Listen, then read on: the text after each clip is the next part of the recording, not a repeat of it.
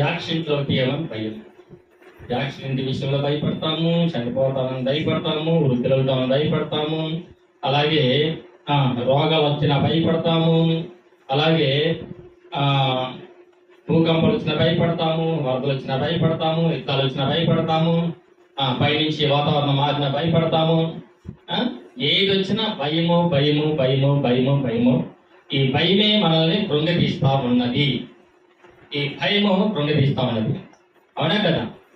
చనిపోవడానికి ఎంతగా భయపడతామో, చనిపోవాలంటే ఎంతగా భయపడతాము. అసలు ఆ మరణమే మనకి భయము. ఆ మరణమే మనల్ని కృంగతీస్తుంది. ఆ మరణమే మనల్ని రోగాలు పాలు చేస్తుంది. చిన్న రోగం వచ్చినా సరే ఇంకేముంది, ఆ డాక్టర్ కూడా ఇప్పుడు వాళ్ళ డబ్బుల కోసం పాపం వాళ్ళు ఏం చెప్తారంటే, ఇంకేముంది ఒక్క 10 నిమిషాలు ముందు రాకపోతే ఈ పాటి కానీ పాటిగా కథ చేయండి అన్నట్టు చెప్తారు కదా. వాళ్ళ డబ్బుల కోసం వాళ్ళు సీరియస్. అసలు ఏం లేదు, ఇంకా ఇంకొక 10 నిమిషాలు ముందు రాకపోతే ఏమయ్యేదో చెప్పలేదు. ఇలా భయాలు భయాలు భయాలు భయాలు.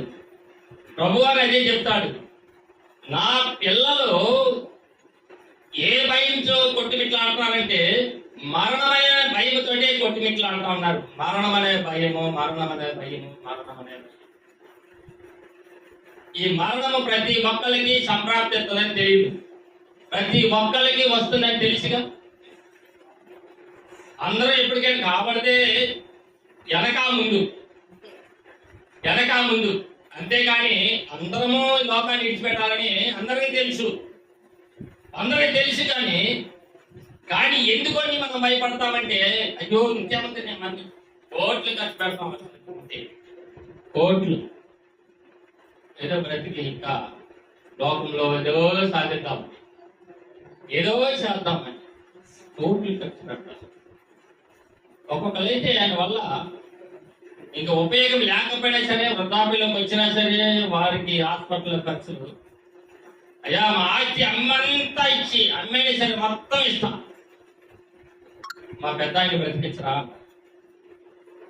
కదా. అంత భయము మరణం అంటే. ప్రభువారు అది అంటాడు ఎబ్రిల్ రాసిన పత్రిక 2 14 నా బిడ్డలు దేని వల్ల వీళ్ళు ఇబ్బంది పడుతున్నారు, దేని వల్ల వీరు ఇలాగా భయపడుతున్నారు అనేది చూస్తే అంటాడు అక్కడ, నా బిడ్డలు దేనికి భయపడుతున్నారు. మరణించాల్సిందే తప్పదు, అందరూ మరణించాల్సిందే తప్పదు. కానీ ఎందుకో ఇంత భయము? మన తాతలు లేరు, మన ముత్తాతలు లేరు, మన తోటి వారు లేరు, కొంతమంది పెద్దల పూర్వీకులు లేరు. అయినప్పటికీ ఆ భయం అనేది మనల్ని కృంగదీసి నరకానికి తీసుకెళ్తూ ఉన్నది. ఆ భయం అనే ఒక మరణ భయం అనేది కృంగదీస్తూ ఉన్నది. చూడండి అక్కడ ప్రభువారు చెప్తున్నాడు, చదవండి ఒకసారి. ఆ మైకి తీసుకున్నా, ఒకసారి మైకి తీసుకొచ్చి చూడు. అక్కడ ఏమంటాడు 2:14 హెబ్రీయులకు రాసిన పత్రిక 2:14 కాబట్టి ఆ పిల్లలు రక్త మాంసములు గలవారైనందున ఆ ప్రకారమే మరణము యొక్క బలము గల వాణిని అనగా అపవాదిని మరణము ద్వారా నశింపచేయుటకు జీవిత కాలమంతయు మరణ భయము చేత జ్ఞానమునకు లోబడిన వారిని విడిపించుటకు ఆయన కూడా మాంసములలో పాలివాడాయెను. స్తోత్రం చేద్దాం. హల్లెలూయా. మరణ భయముతో నా బిడ్డలందరూ భూలోకమంతా కూడా కొట్టుమిట్లాడుతూ ఉన్నది. ఈ మరణ భయముతో చనిపోతున్నారు, మరణ భయముతో ఏదేదో చేస్తున్నారు, మరణ భయముతో ఎంతో ఖర్చు పెడతారు, ఈ మరణ భయముతో కోట్ల ఖర్చు పెట్టి అనేకమైన మొక్కుబడులు చేసుకుంటున్నారు. మరణ భయం చేత అపవాది వాడి వైపు తిప్పుకొని నరకానికి తీసుకెళ్ళడానికి ఇష్టపడుతుంది. మన వాళ్ళందరూ లోబడుతూ ఉన్నారు. ఈ మరణము మనల్ని ఎక్కడ వాటికి తీసుకెళ్తుందంటే నరకమి వెళ్ళే అంత వాటికి తీసుకెళ్తూ ఉన్నది. నరకమి వెళ్ళే అంత వాటికి తీసుకెళ్తూ ఉన్నది. నువ్వు ఇది చెయ్యి, నువ్వు పుణ్యరాలుగా అంటే ఈ మరణం నుంచి తప్పించబడతావు. మరణ హోమాలని, అదే మరణానికి సంబంధించినవి చాలా చాలా మనం పూజలు పరిష్కారం ఎన్నో చేస్తాము, కానీ మరణము తప్పించగలిగేది ఎవ్వరు లేరు కదా. 90 కీర్తనలు ఏమంటాడు? 90 కీర్తనలు కూడా ఏమంటాడంటే మనుషులు మట్టికి మార్చబడుతున్నారు, నల్లారా తిరిగి రాండి అంటాడు. 90 కీర్తన 1, 2, 3, 4 మనుషులు మట్టి అయిపోవాలంట. అంటే శరీరము మట్టిలో నుంచి తీయబడింది కాబట్టి ఈ మట్టి అయినది మన్నులోకి వెళ్ళిపోతే నరులరా అంటే ఈ ఆత్మ దేవుడి దగ్గరికి వెళ్ళాలి అని చెప్తున్నాడు. మరి ఎందుకు మనకంత భయము? ఎందుకని అంత కంగారు? ఎందుకని ఆ విధంగా భయపడతా ఉంటాము మనము అనేది మనం ఒక్కసారి ఆలోచన చేసుకోవాలి. 2 పదాలు చెప్పినట్లుగా దేవుడు మరణం నుంచి తప్పించడానికి, మరణ భయం లేకుండా మనల్ని హెచ్చరించడానికి ఆయన కూడా ఏమయ్యాడు? రక్త మాంసములలో పాలివాడయ్యాడంట. బాబు నీలాగే నేను మరణిస్తాను చూడు కావాలంటే. అయ్యా మరణం అనేది ప్రతి ఒక్కళ్ళకి వచ్చింది. దేవుడితో సైతం కూడా మరణం వచ్చింది. దేవుడితో సైతం కూడా. ఎందుకు ఆ మాట అన్నానంటే అక్కడ హెబ్రీయులకు రాసిన పత్రిక 9వ అధ్యాయంలో మాట అంటాడు, మరణ శాసనము రాసిన వాడి యొక్క మరణము అవశ్యము. ఖచ్చితంగా మరణ శాసనం ఎవరైతే రాశారో వాళ్ళు ఖచ్చితంగా మరణించాల్సిందేనంట. ఆమె చేద్దామా? హల్లెలూయా. ఎందుకని 9 పదాలు అంటాడు? చూద్దాం ఒకసారి. మరణ శాసనము ఎక్కడ ఉండును అక్కడ మరణ శాసనము రాసిన వారి మరణ అవశ్యము. ఆ శాసనమును రాసిన వాడు మరణము పొందితేనే అది చెల్లును. అది రాసిన వాడు జీవించుచుండగా అది ఎప్పుడైనాను చెల్లునా. ఇందుచేత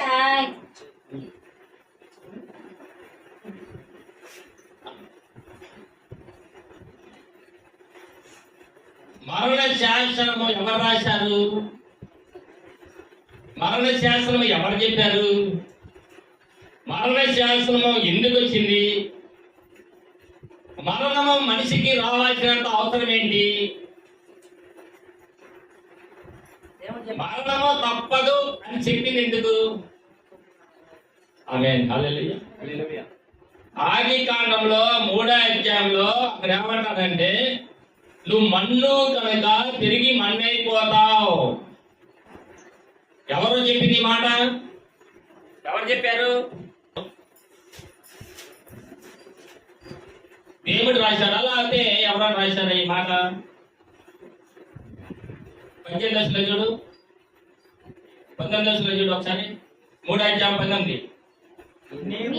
నీవు నేలకి తిరిగి చేరు వరకు నీ ముఖ చెమటను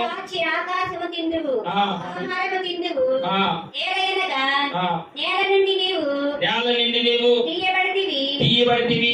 మన్నే కనుక మళ్ళా తిరిగి నువ్వు మన్నైపోదు అని చెప్పాను. ఇక్కడ ఏమంటున్నాడు? ఆదాముతోటి మరణ శాసనం ఎవరు రాశారు? చెప్పాలి. ఎవరు రాశారు? దేవుడే. నువ్వు మట్టిలో నుంచి తీయబడ్డావు కాబట్టి నువ్వు మన్నైపోదువు. మన్నులో నుంచి తీయబడిన నీవు తిరిగి నువ్వు మన్నైపోతావు. అర్థమైందా? వ్యర్థమైందా?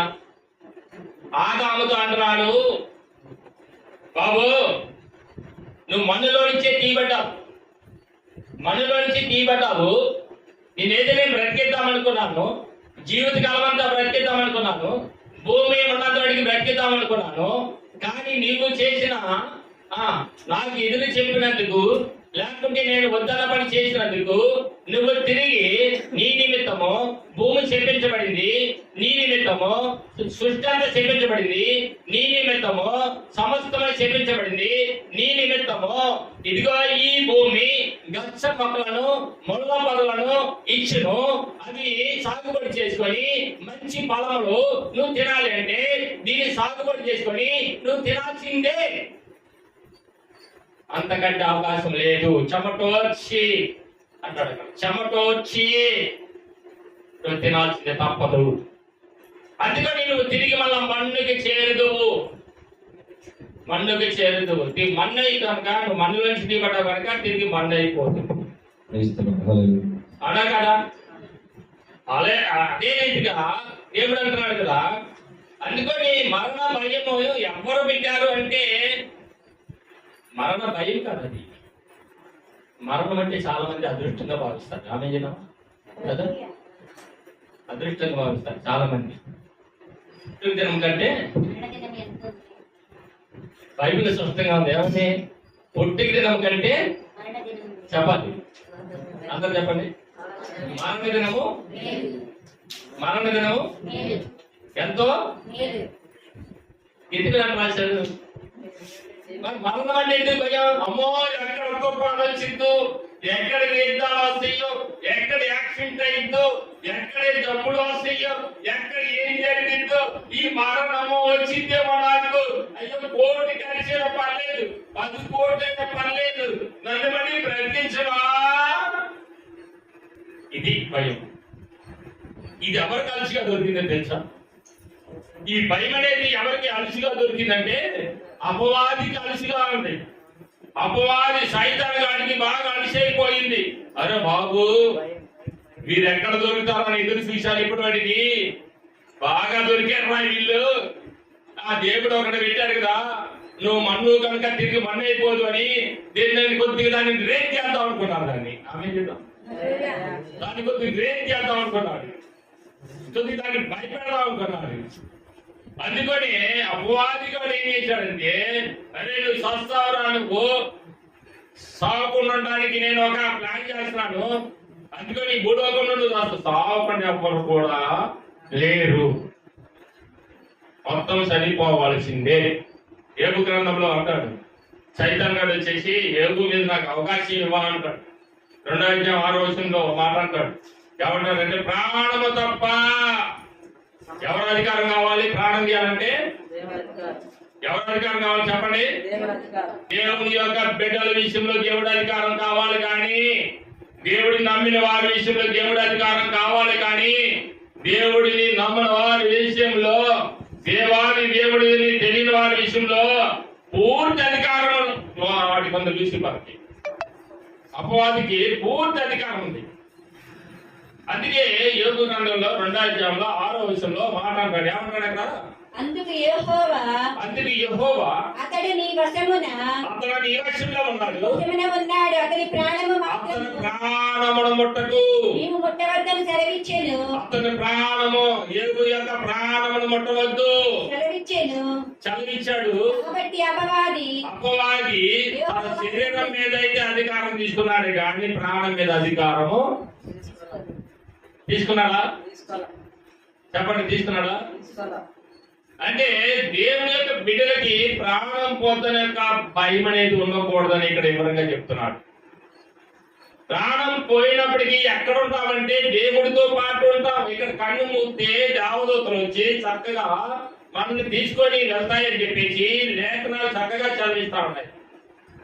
నేను 2 సాక్షి చెప్పాను. ఒకప్పుడు చిన్న పిల్లలు, 12 సంవత్సరాలు 10 సంవత్సరాలు పిల్లలు, వారు చనిపోయేటప్పుడు వాళ్ళు ఇచ్చిన సాక్ష్యం ఏంటంటే, అన్నయ్య మాకు ప్రార్థన చేయండి, నేను వెళ్ళిపోతున్నానంటే పోలేదు. జనరల్ హాస్పిటల్ చేస్తే ఆపరేషన్ చేసేదానికి చేస్తే ఆపరేషన్ కుదరదన్నారు. పాప తట్టుకోలేదు, చేస్తే అన్నారు.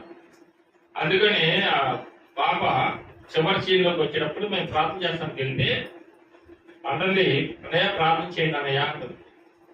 ఏంటమ్మా అంటే నేను వెళ్ళిపోతాను అంట. ఎక్కడికి వెళ్తా? దేవుడు నేను వాడుకుంటాను అయితే అనుకున్నాను. లేదు నేను వెళ్ళిపోతాను, నాకు ప్రార్థన చేయవా అంటుంది. ప్రార్థన చేయవా అని నవ్వుతుంది, పైకి చూస్తుంది. నాకు అర్థం కావట్లేదు. నేను యాకోబు అబ్రాహాము మేము 34 దాకా ఉన్నాం. ప్రార్థన చేస్తా ఉన్నాము. ఆమె నవ్వుతూ కళ్ళు మూసింది. దేవుని స్తోత్రం చేద్దాం. ఎంత సంతోషం. నవ్వుతూ కళ్ళు మూసేసింది. ప్రార్థన చేసిన తర్వాత కదిలింది. దేవదూతలు వచ్చి తీసుకెళ్తున్నాయని చెప్పినాడు.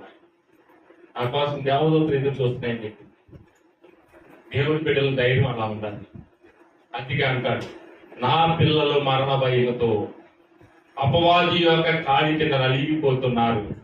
అందుకని వాళ్ళకి మరణ భయం లేకుండా ధైర్యపరచడానికి, కృంగిపోకుండా వాళ్ళకి ధైర్యం చెప్పడానికి, వాళ్ళు ఎక్కడ బలహీన పడిపోతారోనని వాళ్ళకి ధైర్యం తెలియపరచడానికి నేను రక్త మాంసములు ధరించుకొని భూలోకముకు రావాల్సి వచ్చిన.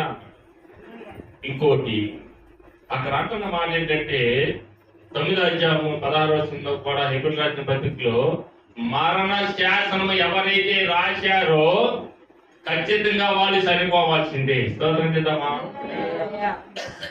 ప్రతి గ్రంథంలో రాయించాడు, పుణ్య పురుషుడిగా అవతరించి బలి చనిపోవాల్సిందే. ప్రతి గ్రంథంలో రాయించాడు, పుణ్య పురుషుడిగా జన్మించి ప్రతి మానవ జాతి కొరకు ప్రాణం పెడతానికి ఎవరైతే అంగీకరిస్తారో వారే నిజ దేవుడు. లోక పాపము మోసుకొని పోవు దేవుని గొర్రె పిల్ల అని అక్కడ చక్కగా వివరించారు. లోక పాపాలు మోయడానికి యేసుక్రీస్తు వారి లోకానికి వచ్చారు. మరణ భయముతో కొట్టిమిట్లాడుతున్న ప్రతి భక్తులను రక్షించడానికి యేసుక్రీస్తు వారు వచ్చారు. వారందరికీ ధైర్యపరచడానికే యేసుక్రీస్తు వారు వచ్చారు.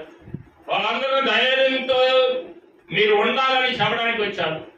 ఎందుకంటే మరణం మిమ్మల్ని ఏమీ చేయలేదు. మరణం మిమ్మల్ని ఏమీ చేయలేదు. అందుకనే అంటాడనమాట, నేను కూడా మరణించాల్సిందే. మరణ శాసనం ఎవరైతే రాశారో ఖచ్చితంగా వాళ్ళు మరణిస్తేనే ఆ శాసనానికి అర్థం, లేకపోతే దానికి ఇలువ లేదంటున్నాడు. అక్కడ మరణ శాసనం రాసినది ఎవరు అంటే దేవుడు. దేవుడు ఏమైతే రాశాడో దాన్ని మళ్ళా తిరిగి ఆయనే రావాలి, ఆయన మరణించాలి, అప్పుడే దానికి ఇలువ. యోహాను సువార్త 10:18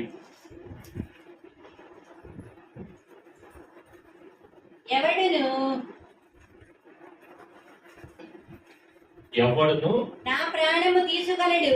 ప్రభువారు అంటాడు కదా, ఎవడును నా ప్రాణము తీసుకొనడు, నా అంతట నేనే నా ప్రాణము పెడతాను, మళ్ళా తిరిగి దాన్ని నేను తీసుకోగలుగుతాను. ఆ ఒక్క అవకాశం యేసుక్రీస్తు వారికి ఏమన్నది, కానీ ప్రపంచంలో ఎవ్వరికి అలాంటి అవకాశం లేదు. ఆమేన్, హల్లెలూయా. ప్రభువారు అంటున్నాడు, మరణ శాసనం రాసిన నేను కరెక్టే, నేను కాదట్లేదు. రాసిన నేను భూలోకంకి రావాలి, కరెక్టే, నేను కాదట్లేదు. వచ్చి నేను మరణించాల్సిందే, కాదట్లేదు. కానీ నాకు ఒక అవకాశం ఉన్నది. ఏంటయ్యా అవకాశం అంటే, మరణ శాసనము రాసిన నేను తిరిగి మరణించగలుగుతాను, తిరిగి మళ్ళా ప్రాణం పెట్టగలుగుతాను, నేను మళ్ళా తిరిగి దాన్ని తీసుకునే అధికారం కూడా నాకు ఉన్నది. ఆమేన్. ఎవ్వరికి ఇలాంటి అవకాశం లేదు. మన ప్రాణం వచ్చి మళ్ళా తీసుకునే అధికారం మనకైతే లేదు. కానీ మన ప్రాణము తీసిన దేవుడికి ఖచ్చితంగా మళ్ళా బ్రతికిస్తాడు. ఇక్కడున్నా అక్కడున్నా మరణించినను జీవించినను నీకు నేను తోడే ఉన్నాను అన్నాడు. నువ్వు జీవంతో ఉన్నాను, మరణించినాను, నీకు నేను తోడుగా ఉంటాను. అలాంటప్పుడు ఇంకేంటి మనకి భయం? ఎందుకని మనకి ధైర్యం లేదు? మరణ భయంతో ఎందుకు భయపడుతున్నాము? మనిషికి ఏ భయం ఉంటుందంటే మరణ భయమే మనిషిని కృంగతీస్తా ఉన్నది. మరణ భయమే కృంగతీస్తా ఉన్నది. ఏదో ఒక రకంగా మనం ఏంటి మన పరిస్థితి ఏంటని. అందుకే అంటాడు, ఇక్కడ ఏమంటాడు, నా ప్రాణమును పెట్టగలుగుతాను. చదవాలి, ఇంకా చదివి కింద భాగంలో, దాన్ని పెట్టుటకు నాకు అధికారము కలదు, దాన్ని తిరిగి తీసుకునేటకు నాకు అధికారము కలదు. అవును, నా తండ్రి వల్ల ఈ ఆజ్ఞ పొందితినా నేను. మరణము నీకు దూరమగుడుగా అంటాడు. అంటే అంటాడు ప్రభువారు మాట అంటాడు, సైతానా ఆ వెనక్కి వెళ్ళిపో. తెలుసునా ఇప్పుడు అందే సైతానా? దేవుడి యొక్క మరణము నువ్వు ఎరగకొన్నావు, దేవుడి యొక్క ఆలోచన నువ్వు ఎరగకొన్నావు. నేను ప్రాణం పెట్టకపోతే లేఖనాలు నెరవేరవు, నేను ప్రాణం పెట్టకపోతే నేను రాసిన గ్రంథాలు నెరవేరవు. రోమియోలు రాసిన పత్రిక 8:2 మాట్లాడతాడు, ధర్మశాస్త్రము దేనిని చేయి చాలకపోయినా దానిని చేసిన వాడు ఎవరు చెప్పండి? దేవుడు. అవునా కదా? ధర్మశాస్త్రము ఎట్లనగా ధర్మశాస్త్రము దేనిని చేయజాలకపోయినో దానిని దేవుడు చేసెను. ఇప్పుడు ఏమంటాడు? నేను శని పోకపోతే ధర్మశాస్త్రం నెరవేర్చేది ఎవరు? నేను శని పోకపోతే వేదాలు నెరవేర్చేది ఎవరు? నేను శని పోకపోతే అన్ని గ్రంథాలు నెరవేర్చేది ఎవరు? దేవుడి యొక్క గ్రంథాలు నెరవేర్చబడాలంటే దేవుడు చనిపోవాలి. దేవుడు చనిపోవాలి అని ఇక్కడ లేఖనాలు కూడా చదివిస్తున్నాయి. 9వ అధ్యాయంలో అదే చదివిస్తున్నాడు.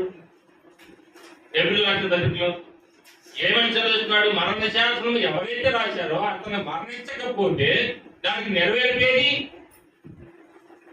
అందుకొని ఆయన మరణించవలసి వచ్చినది. ఆమేన్, హల్లెలూయా. అందుకని ఆయన మరణించవలసి వచ్చినది అంటాడు అక్కడ.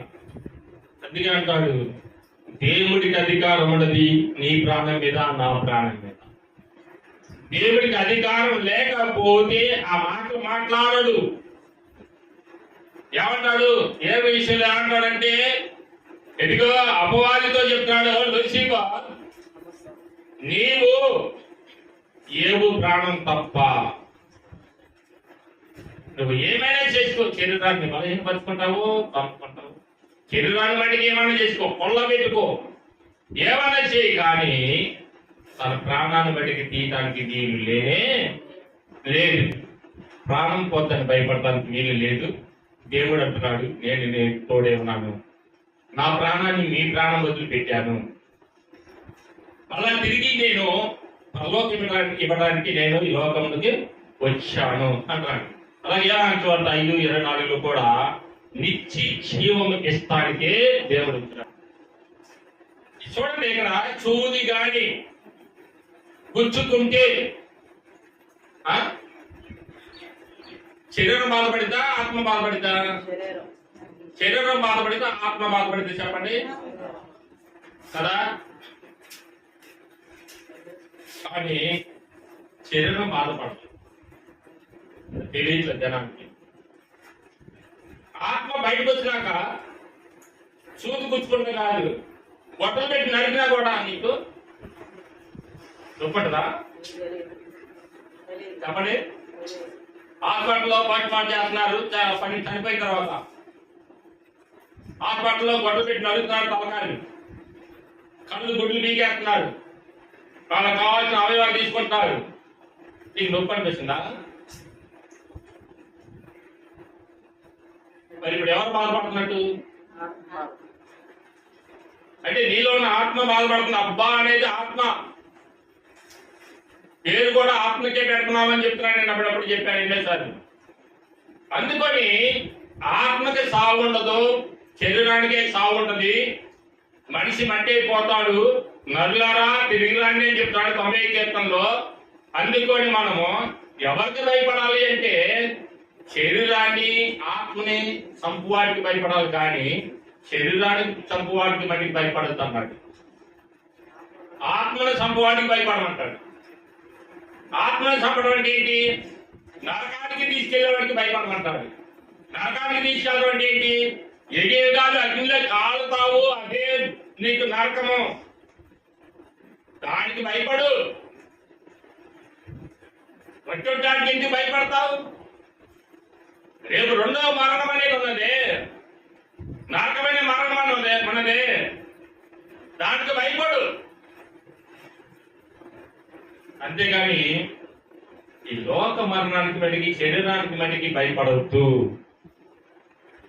శరీరం తాత్కాలికమే, అది మట్టి పట్టి కుళ్ళిపోతే 2 కొరింథీయులు 5:5 మొదటి వచనంలో మాట్లాడతాడు. ఇదిగో ఈ గుడారము సిద్ధమైపోవును. చేతి పని కాని గుడారం నీ కోసం పరలోకంలో ఉన్నది. నీ ఆత్మ ఇక్కడ వదిలిపెట్టినామంటే అక్కడికి వెళ్ళిపోద్ది. అక్కడ ఉన్నప్పుడు నువ్వు తీర్పులోకి వస్తావు. అది నరకమా స్వర్గమా ఏదో నువ్వు తెలుసుకో. ఏం కావాలి? నిత్య జీవాన్ని ఇచ్చేవాడు ఆయన ఉన్నాడు. ఆయన యేసుక్రీస్తు వారు. ఆయన తప్పితే వేరొకరు ఇవ్వలేరు. నిత్య జీవాన్ని ఇస్తానికే నేను ఈ లోకానికి వచ్చి ఉన్నానని చెప్తున్నాడు. నా పిల్లలు మరణ భయంతో చచ్చిపోతున్నారు కాబట్టి నేను కూడా రక్త మాంసం ధరించుకొని భూలోకమునికి రావాల్సి వచ్చింది. ఈ రక్త మాంసం దేనికి ధరించానంటే నా కుమారులు నా కుమార్తెలు మరణ భయముతో అపవాది కింద నలిగిపోతూ వాడికి ఏది చేయమంటే అది చేస్తూ లోకంలో వారికి లోబడుతూ వారి ఇష్టానుసారంగా వీళ్ళని వాడుకుంటూ నా సృష్టిలో ఉన్న నా బిడ్డలను, నా ఊపిరి కలిగిన నా బిడ్డలను వాడు ఇష్టం వచ్చినట్టుగా వాడుకుంటున్నానే. నాకు బాధ కదా. దేవుడైన యెహోవా నేల మట్టిలో నుంచి నరుని నిర్మించి నరుని నాశకరంధ్రాలు జీవాత్మ బోధగా నరుడు జీవాత్మ అయింది కదా. ఈ ఆత్మ నాదే కదా. ఈ ఆత్మ ఇంకొక కప్పు చెప్తూ ఉంటే నాకు ఎంత బాధ.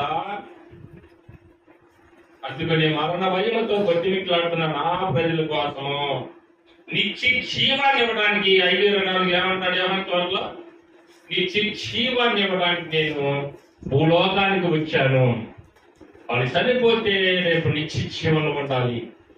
ఇక్కడ ఈ ఆత్మ శరీరాన్ని విడిచిపెడితే పరలోకంలో నా పాదాల దగ్గర ఒక సింహాసనాన్ని ఇచ్చి నా పక్కన కూర్చోబెట్టుకోవడానికి నేను ఇష్టపడుతున్నా. అది నా ఆశ.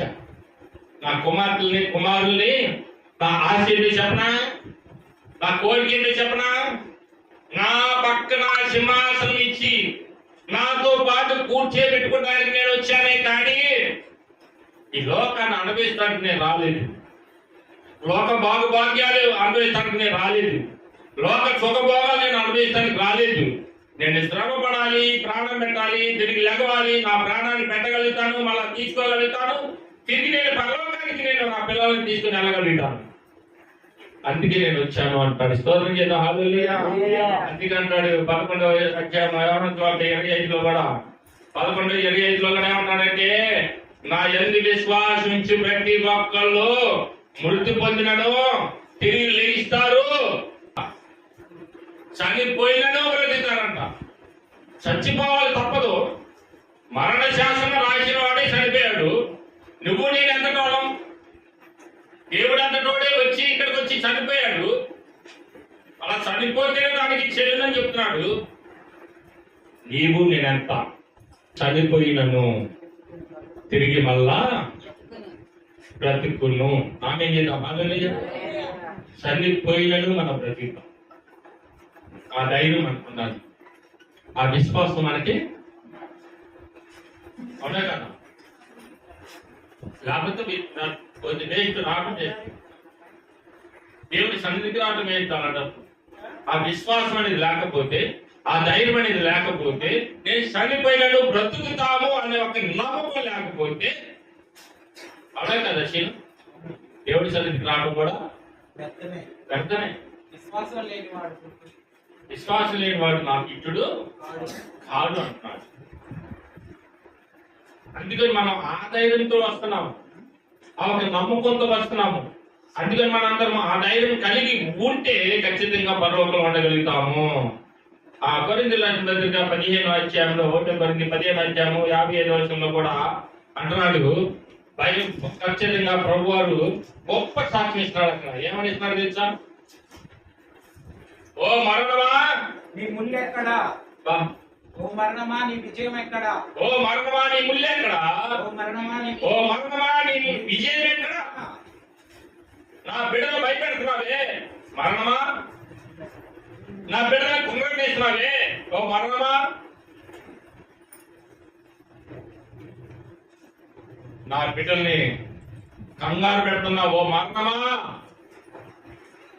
నీ ముళ్ళు ఎక్కడ? నీ విజయం ఎక్కడ? నీ స్థానం ఎక్కడ? నీ స్థలం ఎక్కడ? అర్థమవుతుందా? చెప్పండి. నీ ముళ్ళు ఎక్కడ అంటున్నాడు. ఓ మరణమా, నా బిడ్డలు భయపెడుతున్నావు. మరణమా, నీ ముళ్ళు ఎక్కడ? నీ విజయం ఎక్కడ? ఆ ముళ్ళుని వెర్రగా తీసేసా. ఇక నుంచి నా బిడ్డల్ని చంపే అధికారము, నా బిడ్డల్ని ఇబ్బంది పెట్టే అధికారము, భయపెట్టే అధికారము నీకెన్నడికి లేదు. ఆమేన్. ఎన్నడికి లేదు. అంతే. దేవుడు నాకు నిరవణకలు తెలుసా, నాకు ఒక అధికారం ఇచ్చాడు దేవుడు. నేను చనిపోయినా తిరిగి బ్రతుకుతాను, బ్రతికి నేను విస్తరిస్తాను, ఈ జీవితాలు దేవుడితో పాటు ఉంటాను అనే ఒక ఆలోచన మనకి కలిగి ఉండాలంటే బైబిల్ లేఖనాలు ఎరిగి ఉండాలి. బైబిల్ తెలుసుకోవాలి, బైబిల్ చదవాలి. అప్పుడు ధైర్యం వచ్చింది, నెమ్మది వచ్చింది, ఏదైనా సాధించగలుగుతాం అనక విషయముగా మనం ముందుకు కొనసాగుతాం.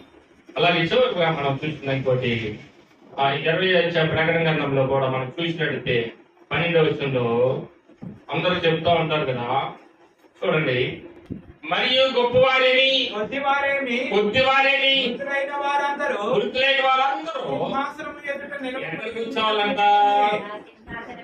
సింహాసనం ఎదుట. మైక్ మీద పక్కన చదువమ్మా.